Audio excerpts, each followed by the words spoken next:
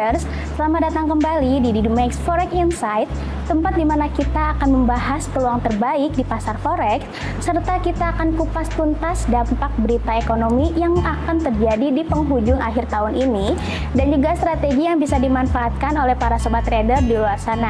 Dan di sini Rahayu nggak sendirian, Rahayu bareng trader profesional dari Didumex, yaitu Miss Firda.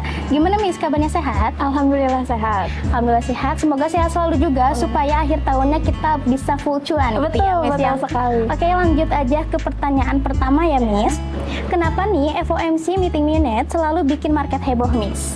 Oke, untuk dokumen ini sebenarnya ringkasan lebih lengkap The Fed tentang suku bunga, inflasi, dan juga arah ekonomi ya. Kalau di dalamnya terlihat bank sentral masih hawkish atau khawatir inflasi tinggi ya, pasar bisa kaget karena suku bunga mungkin tetap tinggi lebih lama gitu. Akibatnya USD sering menguat dan aset beresiko seperti emas bisa tertekan. Trader perlu membaca poin penting, ada nada dovish atau hawkish, pandangan inflasi, dan rencana suku bunga, supaya kita bisa ikut arus bukan melawan market. Oke, selanjutnya, apa yang harus diperhatikan oleh trader pemula saat membaca FOMC minutes ini Miss? Oke, minutes biasanya panjang ya, dan penuh istilah teknis. Banyak trader pemula yang cuma lihat headline, padahal detail kecil ini bisa mengaruh ke pergerakan besar. Salah interpretasi ini bisa bikin entry terlalu cepat atau bahkan salah arah. Kita harus fokus pada 3 kalimat ini. Yang pertama adalah pandangan inflasi, yang kedua outlook suku bunga, dan yang ketiga resiko ekonomi. Gitu.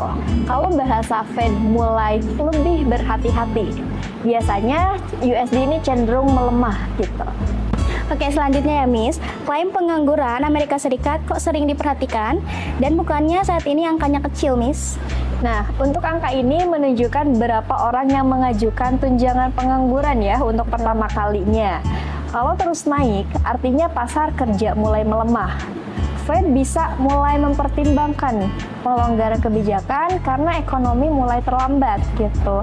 Dan trader bisa menggunakan data ini sebagai sinyal awal sebelum NFP karena biasanya bergerak secara arah tren, sesuai arah tren tenaga kerjanya gitu.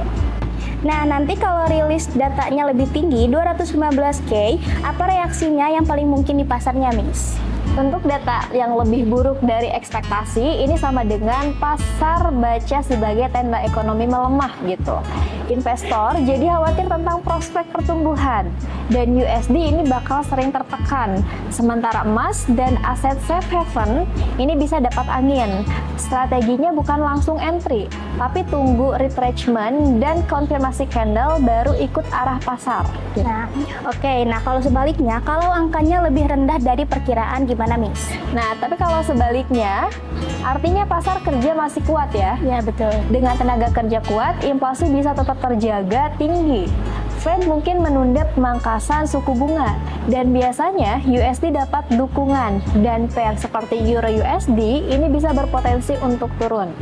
Oke, last question ya Miss, bagaimana kalau FOMC hawkish tapi klaim pengangguran naik Miss?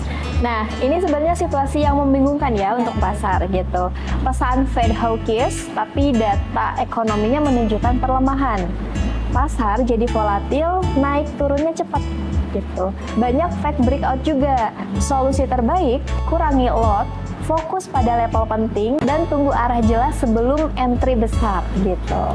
Nah, itu dia Forex Insight yang bisa kita sampaikan untuk di minggu ini. Jangan lupa juga untuk terus pantau market. Semoga di akhir tahun ini tradingnya tetap full cuan. Saya Rahayu dan saya Firda. Salam profit dan happy cuan. See you!